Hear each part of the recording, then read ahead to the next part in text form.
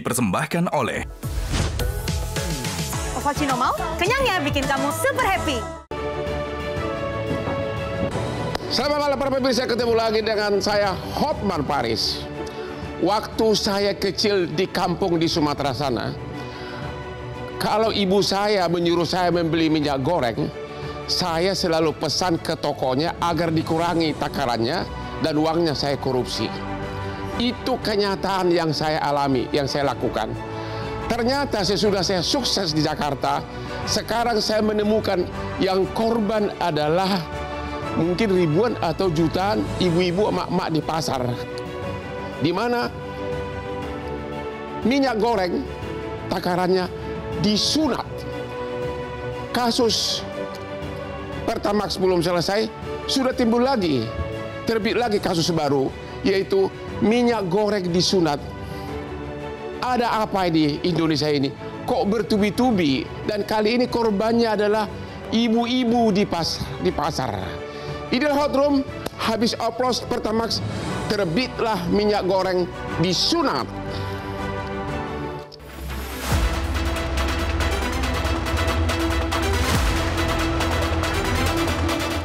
Minggu ini, setelah kasus BBM Pertamax berlalu, publik kembali dihebohkan dengan kasus lain, yaitu minyak goreng murah yang disunat. Di tengah persoalan harga jual yang mahal, kini konsumen dirugikan dengan beredarnya minyak kita tidak sesuai takaran.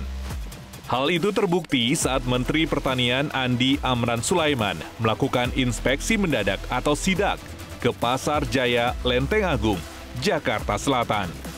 Selain volumenya yang tidak sesuai, harganya juga melebihi harga eceran tertinggi atau HET sebesar Rp15.700 per liter. Bahkan ada pedagang yang menjual Rp18.000 per liternya. Sementara itu, Yayasan Lembaga Konsumen Indonesia mengaku prihatin atas penemuan takaran minyak kita yang tidak sesuai, serta penemuan harga yang di atas harga eceran tertinggi. Selain melanggar hak konsumen, YLKI juga menyebut jika pelaku usaha wajib bertanggung jawab atas kerugian yang dialami oleh konsumen. Mengapa produsen hingga distributor masih berani berbuat curang? Apakah pengawasan yang dilakukan masih kurang maksimal? Bagaimana pula efektivitas dari Sistem Informasi Minyak Goreng Curah atau SIMIRA dalam mengelola dan mengawasi produksi hingga distribusi minyak goreng curah tersebut?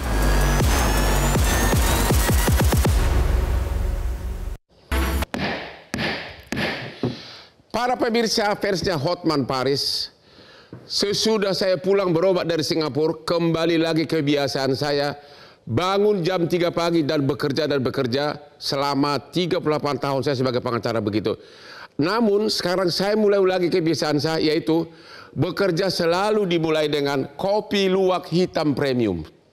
Kopi luwak hitam premium itulah yang membuat saya segar tiap hari, sehingga sarapnya dan tidak ngantuk selama bekerja dan keberaniannya timbul. Oke, sekali lagi, kopi luwak hitam premium, kopi kesayangan Hotman Paris. Oke, selamat malam para pemirsa, sudah hadir melalui Zoom dengan Bapak Amran Sulaiman, Bapak Menteri Pertanian. Selamat malam, Pak. Halo Pak Menteri Pertanian, selamat malam. Selamat malam, Assalamualaikum warahmatullahi wabarakatuh. Waalaikumsalam. Pertanyaan pertama, Pak. Pertanyaan pertama, kenapa sidak justru Menteri Pertanian yang melakukan, kenapa bukan Menteri Perdagangan? Yang kedua, boleh Bapak ceritakan modus operandinya gimana sebenarnya permainan ini semuanya? Silakan Pak. Yang pertama, atas arahan Bapak Presiden, kita rapat koordinasi. Pak Menteri Perdagangan dan seluruh terkait yang dipimpin oleh Pak Menko. 1 minggu sebelum Lebaran, kita sepakat bahwa harus menjaga stok dan stabilisasi harga, agar saudara-saudara kita beribadah di bulan suci Ramadan dengan menikmati harga yang baik, dan juga tenang dan seterusnya. Karena stok kita cukup. Jadi kami komunikasi, bukan kami jalan sendirian. Kami komunikasi dengan Pak Menko, Menko Pangan, kemudian Menteri Perdagangan, kemudian Kapolri, Wakapolri, kemudian Jaksa Agung, seluruh yang terkait, yang hubungannya dengan kalau ada pidana, pelanggaran dan seterusnya. Jadi sebelum kami sidak, kami komunikasi langsung dengan Pak Mendak. Jadi kami kolaborasi, karena tidak mungkin satu sektor mampu menyelesaikan masalah ini. Oh, jadi harus itu adalah seluruh sektor yang terkait kita selesaikan bersama-sama. Oke, jadi itu adalah kerjasama tim. Pertanyaan kedua, boleh Bapak ceritakan bagaimana sebenarnya modus operandi para pelaku ini? Dan sudah mencakup seluruh Indonesia atau bagaimana? Kelihatannya ini cukup menyeluruh. Hampir seluruh daerah terjadi, karena kami terima laporan. Pada hari itu kami sidak ke pasar murah yang dilakukan oleh pemerintah atas arahan Bapak Presiden. Kemudian kami menuju ke pasar, kami mengecek langsung. Sebelum kami tiba di pasar, kami telepon langsung Pak Kabar Eskrim dan Pak Mendak. Kami telepon sebelum tiba di pasar. Karena kami sampaikan, Pak Mendak, mana tahu ada manipulasi minyak goreng, beras, atau pangan lainnya di pasar. Kami cek, kami menemukan 3 perusahaan yang melakukan manipulasi. Padahal 1 minggu sebelum Lebaran, kami sudah himbau, kami sudah wanti-wanti. Di mana dalam ratas diperintahkan oleh Bapak Presiden, tolong kawal bahan pangan. Kami semua diperintahkan seperti itu yang terkait. Akhirnya kami temukan 3 perusahaan. Dan ukurannya kami kaget. Kami ukur berulang-ulang, itu hanya 750 ml. Artinya berkurang 25%. Bayangkan kalau ini 2 juta sampai 5 juta ton, itu berapa ratus miliar kerugian masyarakat Indonesia. Nah, ini yang pada saat kami temukan, ada tim dari kepolisian reskrim, kami sampaikan, tolong ditindak tegas. Kenapa? Kalau ini tidak ditindak, kita melakukan pembiaran. Kalau melakukan pembiaran, kita sama dengan beternak kejahatan. Oke, apakah kejahatan ini sudah berlangsung berapa lama? Sudah ada nggak temuan? Sejak kapan ini terjadi? Halo? Kami belum dapatkan, tetapi mungkin sudah 1 tahun, 2 tahun perkiraan kami, tapi data pastinya nanti setelah pemeriksaan, karena sudah ada tersangka 1 orang. Katanya bukan hanya ukuran takarannya disunat, tapi juga harga eceran tertinggi juga dilanggar, dan juga minyak subsidi diganti dengan minyak curah. Apa itu benar? Jadi betul bahwa harganya kami lihat, kami sudah himbau 1 minggu sebelumnya, bahwasanya harga maksimal 15.700, tetapi kami temukan harga 17.000. Kami himbau kepada pedagang pengecer, dan kami sepakat dengan Pak Kapolri, kami sudah telepon juga pada saat itu, bahwa bukan pengecernya yang kita tindak, karena dia hanya mencari untung. Rp1.200, Rp500. Kami usut, kami minta yang diusut adalah produsennya. Karena asal muasal keculasan ini, kecurangan ini adalah dari produsennya, dari pabrikannya. Dan itu betul bahwa ada harga 17.000, itu di atas HET. Kalau gitu, karena ini kan minyak subsidi, apakah ini sudah bisa dikenakan juga tindak pidana korupsi?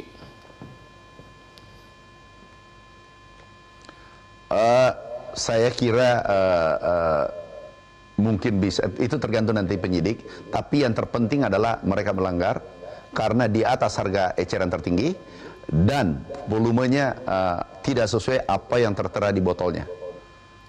Itu kasat mata, menurut saya, ini kita tidak tahu pandangan hukum, tapi ini salah dan harus ditindak. Itu terjadi di seluruh wilayah Indonesia. Apakah menurut perkiraan Bapak yang terlibat bukan hanya 3 pengusaha? Apakah sudah mencakup di seluruh wilayah dan juga mencakup puluhan pengusaha? Ini baru saja kami ke Jawa Tengah. Ini ada yang menarik. Di Jawa Tengah, kami ke Jawa Tengah, laporan dari tim kami, laporan dari Satgas mengatakan bahwa sudah sesuai takaran dan seterusnya. Tapi anehnya pada saat kami masuk di pasar, langsung kami menemukan 2 perusahaan yang melakukan pelanggaran yang serupa. Dan pada saat itu kebetulan kami bersama Satgas, didampingi Satgas dan juga dari kepolisian hadir, langsung kami mengatakan tolong ini ditelusuri. Tapi kami pesan, sekali lagi pesan Bapak Presiden, jangan ditindak masyarakat kecil. Jangan ditindak pengecernya. Karena hanya mencari rezeki 100 rupiah, 200 rupiah di bulan suci Ramadan. Yang ditindak adalah produsennya atau yang mengemas atau pabriknya dan seterusnya, dan itu sudah dilakukan. Menurut perkiraan Pak Menteri, kira-kira berapa miliar, berapa ratus miliar masyarakat dirugikan, emak-emak dirugikan atas perbuatan kejahatan ini?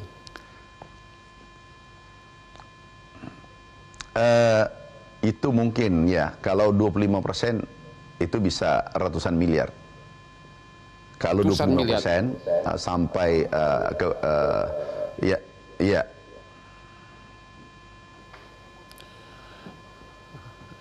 Ini kan sudah menjelang hari raya. Ibu-ibu banyak membutuhkan minyak goreng. Gimana antisipasi dari pemerintah?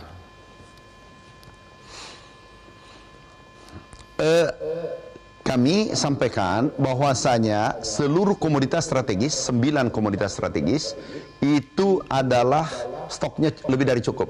Cukup untuk 3-4 bulan sampai 5 bulan ke depan.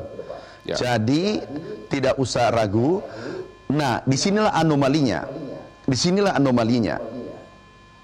Beras yang strategis dengan minyak goreng, gula dan seterusnya.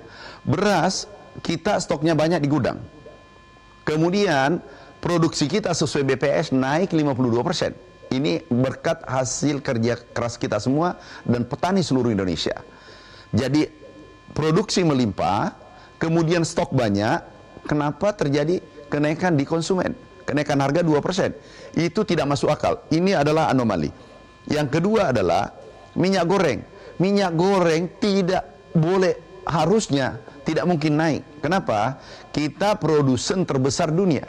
Kita memproduksi yang bahan bakunya CPO itu 46 juta dan kita mensuplai negara-negara di dunia kurang lebih 58%, kurang lebih 60%. Yang mensuplai dunia adalah Indonesia. Ya. Jadi sangat tidak masuk akal kalau harga minyak goreng di Indonesia naik dan stoknya lebih dari cukup karena kita produsen terbesar dunia. Terima kasih. Langkah konkret. Jadi ada anomali. Ke depan gimana, Pak? Kita yang mengekspor ke negara. Ya. Langkah konkret. Yang pertama penindakan.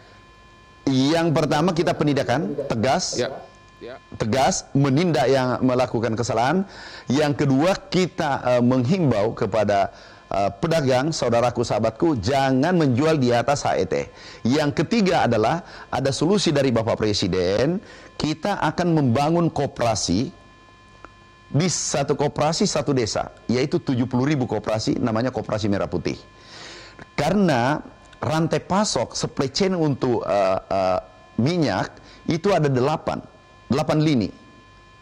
Nah, ini kita akan perkecil menjadi 3. Nah, kami hitung 9 bahan pokok yang dibutuhkan masyarakat, yang bahan pokok utama itu keuntungan middleman, pengusaha yang di tengah ini antara konsumen dengan produsen itu 300 triliun lebih. Nah, nantinya kalau menjadi 3 lini dari produsen ke koperasi, setiap desa satu koperasi, langsung ke konsumen 3 lini. Nah, nanti katakanlah untungnya 10% atau 15%, berarti antara 30-50 triliun keuntungan koperasinya. Tetapi konsumennya mendapatkan harga yang murah, sehingga daya beli naik. Dan itu bisa membeli, dulunya 1 bisa menjadi 2. Kemudian konsumennya, harga pembelian pemerintah bisa kita naikkan.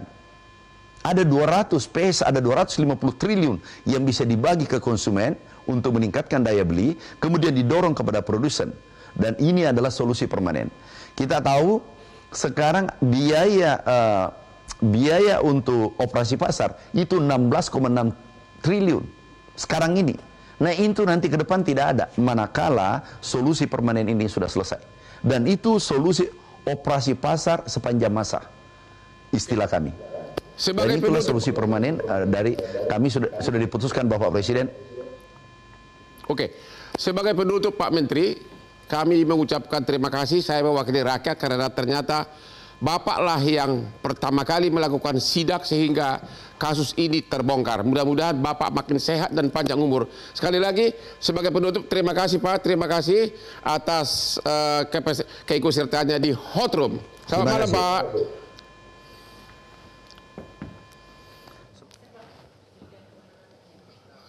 Kita break. Kita break. Ketemu lagi di Hot Room.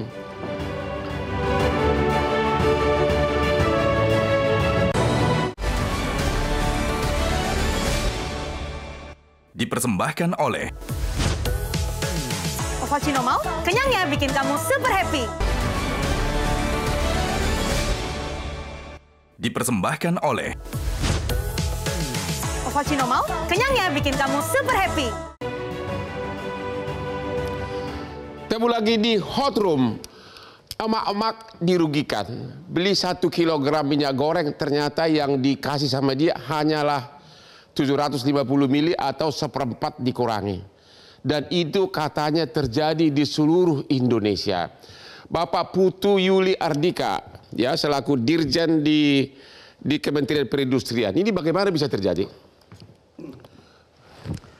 Kalau terjadinya Pak, Ya. terjadinya ini sedang Apakah kekurang pengawasan atau memang mentalitas bangsa kita udah begini atau gimana? Ini sedang didalami oleh Kepolisian RI, ya.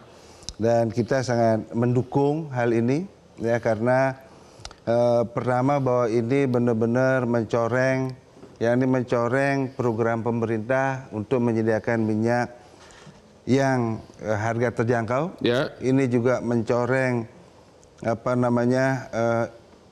perusahaan-perusahaan yang taat aturan. Ya. Dan juga ini merugikan, seperti tadi disampaikan, ini merugikan masyarakat luas. Dan juga ini dilakukan di bulan Ramadan. Dan katanya sudah, jangan-jangan udah bertahun-tahun itu terjadi seperti Pertamax. Ya, oke, tapi ini kan terutama yang kita garis bawahin, ini di bulan Ramadan pun melakukan ini. Ya. Sehingga ini kan tindakan pidana yang serius. Dan kami sangat mendukung bahwa ini benar-benar... Ini kalau terbukti perusahaan, ini yang berwenang mencabut izinnya Kementerian Perindustrian? Jadi bisa kami sampaikan kalau nanti, ya ini kan ada repacker, ya, jadi sebenarnya kalau minyak goreng itu ada perusahaan yang memproduksi minyak goreng, ya. Dia juga sekaligus mengalirkan, ada juga repacker, ya repacker. Nah, kalau nanti repacker ya repacker itu bahasa Indonesianya apa? Pengemas. Oh, pengemas, ya. Ya, nanti kalau memang pengemasnya yang nakal, ya pengemasnya yang kita. Kalau perusahaan pabriknya yang nakal, perindustrian berhak langsung mencabut izinnya. Iya, itu nanti kita tindak lanjuti. Sudah ada nggak data kira-kira perusahaan yang bakal dicabut izinnya berapa? Udah tahu nggak? Kita nunggu pendalaman yang dilakukan oleh kepolisian dulu, Pak. Apa nanti benar yang diperiksa sekarang ini hanya level kepala gudang, bukan pemilik perusahaan, bukan konglomeratnya? Kalau kami sih kemarin ikut di press conference di Baris Krim, ya memang ada yang sudah terdakwa itu memang masih di level ya nanti ini sedang pendalaman di level yang tadi masih level pegawai. Ya, masih level. Menurut analisa Bapak, kalau itu terjadi dari produser, ya, manufacturing, berarti pemilik perusahaan juga terlibat dong, Pak? Ya kalau ketentuan hukumnya kan seperti itu, tapi kita tunggu dulu hasil yang ini kan kepolisian sedang melakukan. Ya. Dan kita sangat mengapresiasi dan kami sangat mendukung tindakan tegas dari kepolisian ini. Dan nanti setelah itu kita akan tindak lanjut apapun hasilnya. Demikian Pak. Oke, kita sudah mengundang Kementerian Perdagangan tapi tiba-tiba membatalkan, nggak tahu kenapa. Pak Devian Kore, Bapak selaku pelindung konsumen ya, YLKI, apa analisa Bapak terhadap skandal ini? Iya, karena ini minyaknya minyak subsidi. Ya. Oleh karena itu ya harus tepat sasaran. Ya. Nah, yang perlu dicermati adalah apakah kategori minyak yang dijual yang isinya volumenya berkurang itu kategori minyak subsidi atau diperjualbelikan secara bebas. Ya. Itu satu hal yang harus diperhatikan di dalam konteks sidak kemarin. Ya. Dan pertanyaan yang pertama yang Ya. Bang Hotman tanyakan kepada Menteri itu tepat sekali. Dan kenapa Menteri Pertanian yang melakukan sidak? Harusnya siapa? Menteri Perdagangan, kan kewenangan perdagangan Benar. dalam sidak di pasar itu. Ya. Itu jadi aneh, question mark bagi publik. Kenapa kok Menteri Pertanian? Menurut analisa Bapak, kalau ini terjadi di seluruh Indonesia, kira-kira sudah tahu nggak ada berapa puluh perusahaan yang terlibat kejahatan ini? Kalau konsumsi rata-rata per kapita penduduk Indonesia itu kan 9,5 kilogram atau 12 sampai 15 liter per kapita per Ya. tahun. Nah, sementara konsumsi rumah tangga itu sekitar 2,6 juta. Ya. Jadi hampir banyak perusahaan yang dan produksi kita itu kan hampir mencapai 50 juta ton per tahun. Ya. Dan konsumsi dalam negeri separuhnya. Ya. Artinya separuh diekspor. Nah, saya Jadi khawatir 25 juta ton setahun. untuk dalam negeri. Untuk dalam negeri. Itu yang subsidi. Itu yang ya untuk di pasar. Untuk di Ya, pasar. nah, Yang subsidinya subsidi berapa berapa ton? kita nggak tahu. Oleh karena itu kita perlu tanya ini produksi minyak kita yang subsidi ini berapa jumlahnya Ya. di pasaran. Nah, siapa yang melakukan pengawasan terhadap peredaran minyak kita? Ini kan perlu Perusahaan yang dapat subsidi ada berapa, Pak? itu yang kita pertanyakan. Yang ditangkap itu 3. Apakah perusahaan ini adalah yang Nggak, menyalurkan? Bapak tahu nggak untuk secara global seluruh Indonesia perusahaan yang dapat subsidi untuk minyak goreng ini ada berapa? Belum? Atau dari perindustrian ada data nggak? Berapa ratus perusahaan? Oke, Bang Hotman, ini kami meluruskan dulu angka-angkanya karena kita angka ini Ya. mau kita pakai ya. Jadi untuk kebutuhan minyak goreng kemasan di pasar tradisional, jadi kita bedakan pasar ada tradisional dan modern, itu 2,45 juta ton. Ya, itu untuk per tahunnya. Untuk yang minyak goreng premium di pasar modern itu 901.000 ton. Jadi yang terlibat kejahatan itu minyak yang mana? Yang subsidi? Ya, Saudara. Nah, untuk yang minyak goreng program rakyat Ya. itu DMO. Jadi DMO nih kewajiban untuk mengisi pasar dalam negeri dulu baru Ya. dikasih hak ekspornya. Jadi subsidinya itu bukan subsidi Ya. Jadi DMO sebenarnya itu ditargetkan tiap bulan 250.000 ton. Untuk yang subsidi, yang minyak subsidi berapa ton untuk seluruh Indonesia?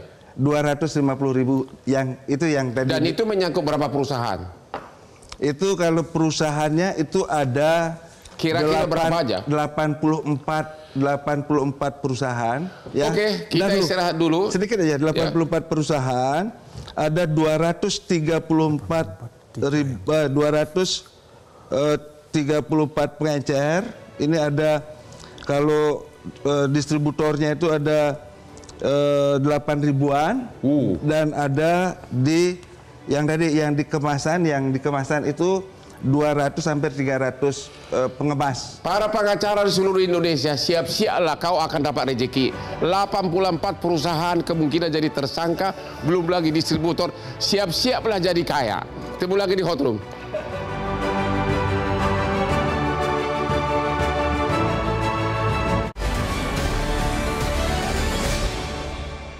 Dipersembahkan oleh Ovacino mau, kenyangnya bikin kamu super happy. Dipersembahkan oleh Ovacino mau, kenyangnya bikin kamu super happy. Ketemu lagi di Hot Room.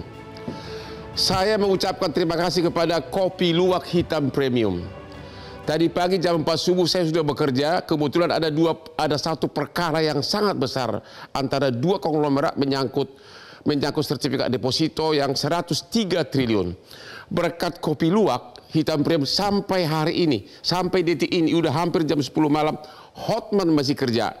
Itulah rahasia Hotman, makanya sukses berkat Kopi Luwak Hitam Premium, sehingga saya bisa punya Lamborghini penuh dengan garasi gua. Mantap banget. Pak Ahmad Nur Hidayat, Anda sebagai pengamat kebijakan publik, apa penyebabnya ini? Yang kedua, katanya yang baru diperiksa baru level kepala gudang, bukan pemilik perusahaan. Apakah Anda yakin bahwa pemilik perusahaan juga terlibat? Satu, pertanyaan Abang, ada apa ini? Saya ngelihatnya tidak secara mikro, Bang, ya. Ya. Karena apa? Tadi Abang bilang kok secara nasional terjadi. Ya. Pak Menteri juga mengatakan demikian. Kenapa ini terjadi? Saya ngelihat makronya. Ya. Ini kan berawal dari tahun 2022. Dalam Permendak nomor 49 tahun 2022 disebutkan bahwa kalau Anda produsen CPO dan Anda ingin mengekspor, Anda harus memenuhi DMO. Ya. Dan itu 20%. Dirubahlah tahun 2024 dalam Permendak nomor 18 Ya. bahwa bukan lagi DMO-nya jadi minyak curah. Sekarang namanya harus minyak kita. Ya. Jadi minyak kita ini, Bang, yang ada ini adalah kewajiban para produser eksportir kalau dia mau ekspor. Dan saya Ini kira untuk minyak, ini namanya minyak subsidi. ini minyak kita. Jadi tidak ada istilah minyak subsidi. Ya. Minyak kita ini adalah minyak yang kategorinya digunakan oleh masyarakat berpenghasilan rendah MBR. Ya. Ini di mall nggak ada.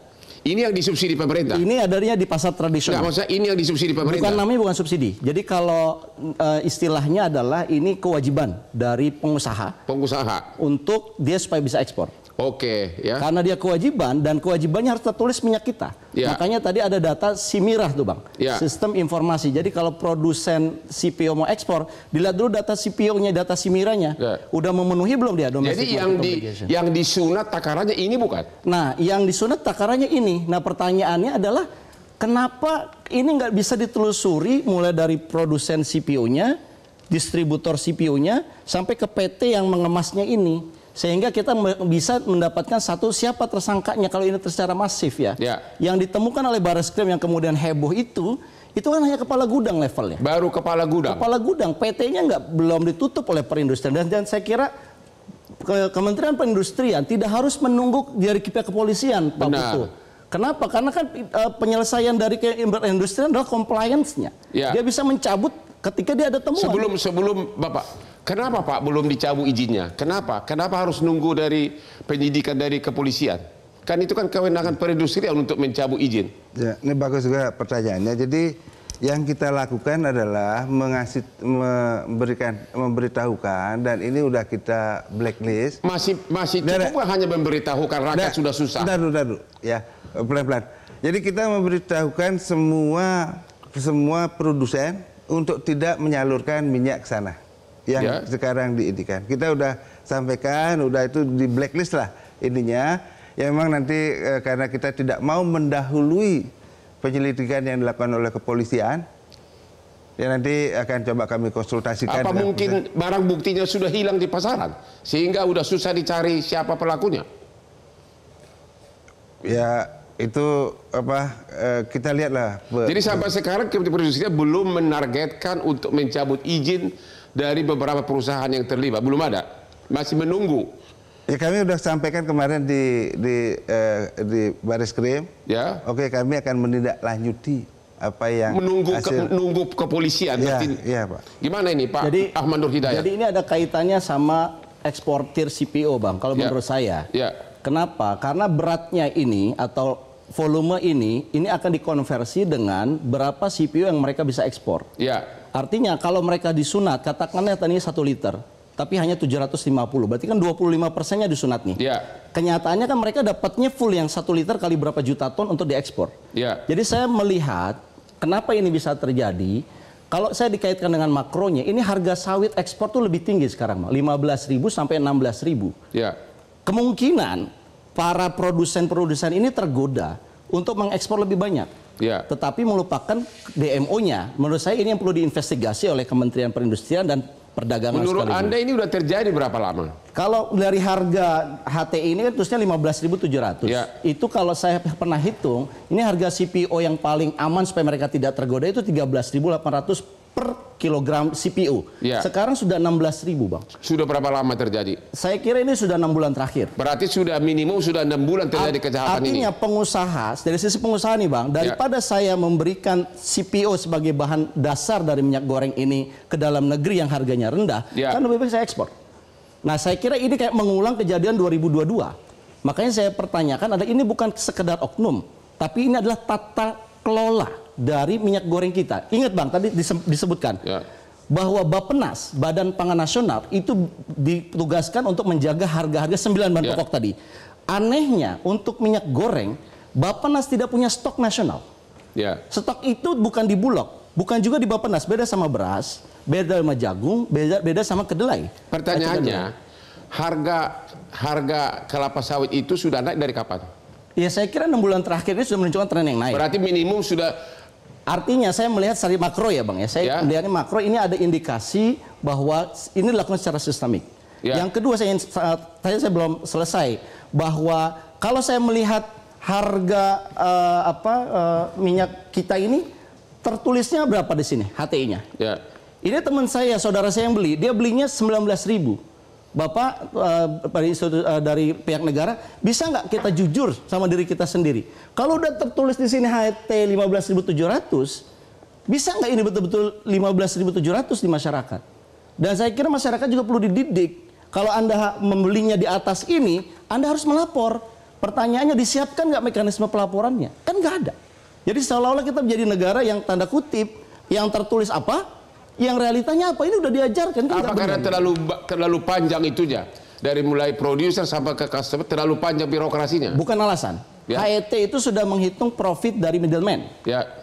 Nah, middleman-nya itu sudah dihitung di sini harganya. Jadi sebetulnya 15.700 sudah ada keuntungan middleman, keuntungan distribusi dan sebagainya. Pertanyaannya, yang membuat kemasan seperti ini langsung produsennya atau distributornya yang membuat seperti ini? Saya kira pihak perindustrian yang bisa jawab.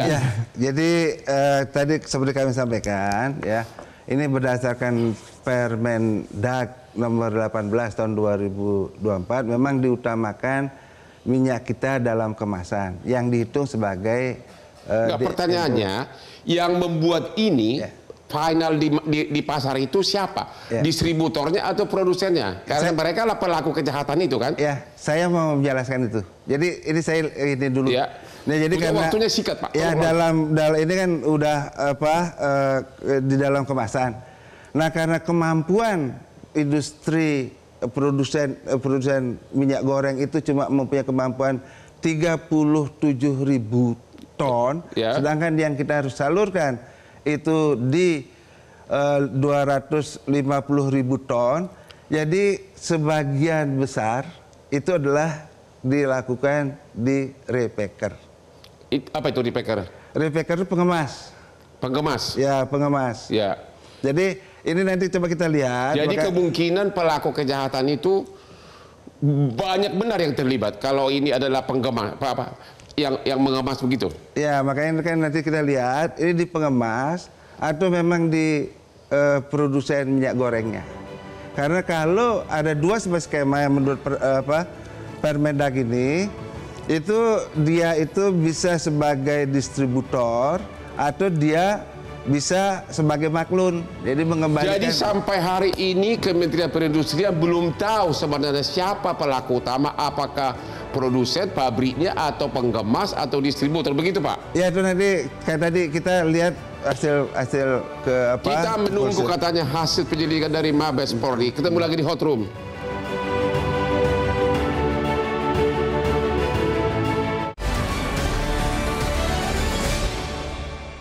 Dipersembahkan oleh Ovaltino Malt, kenyangnya bikin kamu super happy. Dipersembahkan oleh cappuccino mau, kenyangnya bikin kamu super happy. Ketemu lagi di Hot Room para pemirsa. Minyak goreng yang Anda beli ternyata sudah disunat, sudah dikurangi. Belinya 1 liter, bayarnya 1 liter, ternyata isinya 1/4 dikurangi. Pertanyaannya kepada Pak Dirjen Perindustrian. Katanya kemasan botol itu tidak ada tulisan 1 liter. Itu tugas siapa yang mengawasi itu? Apakah tugas perindustrian atau siapa? Dan kenapa lalai tidak diawasin?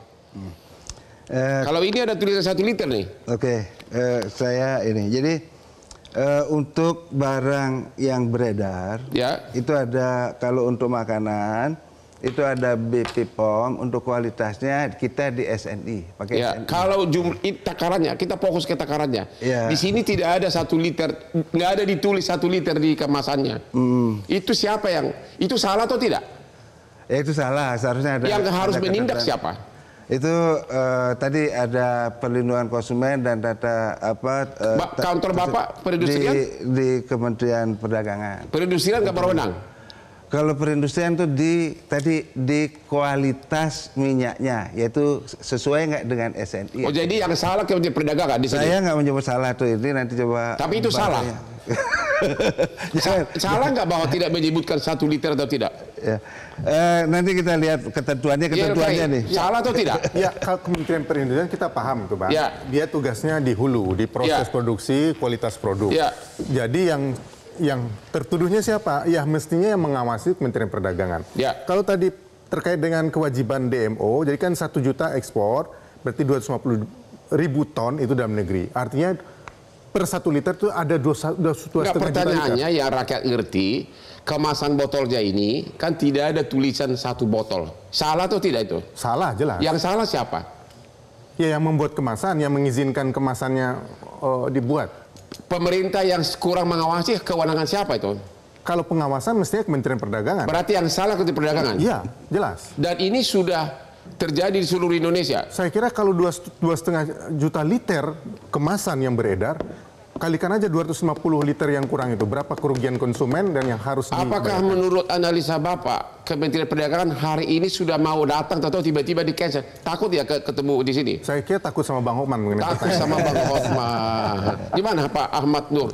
Ya, tidak ada tulisan 1 liter di kemasan botolnya. Ya, itu ini yang aneh. lalai siapa? Itu aneh ya. Jadi saya menemukannya sendiri dalam satu kemasan botol tidak ada tulisan isi bersih 1 liter. Dan itu terjadi di seluruh pasar. Dan itu menurut saya kayak dia mendinai kalau seandainya ada yang ukur ya emang nggak 1 liter karena nggak ada tulisannya. Oh, Nah begitu. pertanyaannya adalah kok bisa ini beredar? BP POM kemana? Selama ini BP POM diam dengan kasus ini yang bicara Menteri Pertanian. Ya. Dan saya kira kita harus sentil juga BP POM. Masalah barang yang beredar tidak boleh ada satupun barang di negeri ini yang beredar tanpa izin dari BP POM. Kalau ada yang beredar, BP POM bisa menindak. Ya. Nah pertanyaannya kan ini ada yang lalai. Menurut saya BP POM juga lalai. Harusnya dia segera mengetahui ini dan dia kemudian Oke, melakukan tindakan mengenai tertentu. penyidikan sekarang, apa menurut Anda, apa terlambat sudah heboh ini tapi belum ada tersangka? Ya menurut saya lagi-lagi ya ini kasusnya sama seperti kasus-kasus yang lain. Ya. Kasus pagar laut PT-nya belum ada. Ya. Kasus oplos BBM hanya oknumnya saja. Ya. Publik menginginkan ini dibongkar semua. Ya. Sebetulnya ada permainan nggak? Ingat Bang, pasar minyak goreng dan pasar sawit adalah pasar oligarki dalam hal intelektual. Ya. Oligarki adalah sekelompok orang saja. Dan saya yang tadi belum meneruskan, Bappenas tidak punya stok nasional seperti halnya beras. Jadi stok itu ada di swasta. Ya. Dan saya kira kalau stok ada di swasta sangat berbahaya. Negara minyaknya dibutuhkan tapi stoknya ada di swasta. Ini gimana ceritanya?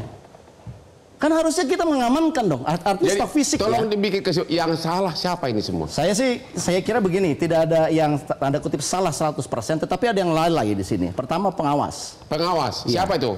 Pengawas itu banyak kalau dalam agro ya. Ada Satgas Pangan, ada BP POM, ada Kementerian Perdagangan, ada Kementerian Perindustrian.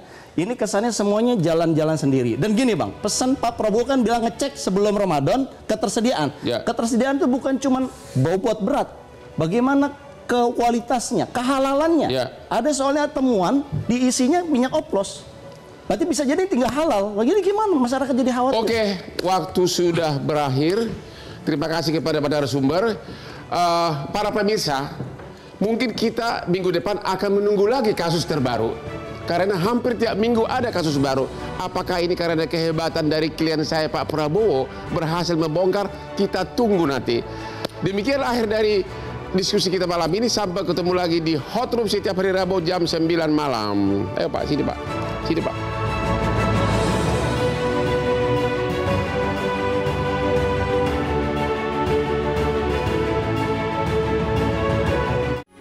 Metro TV.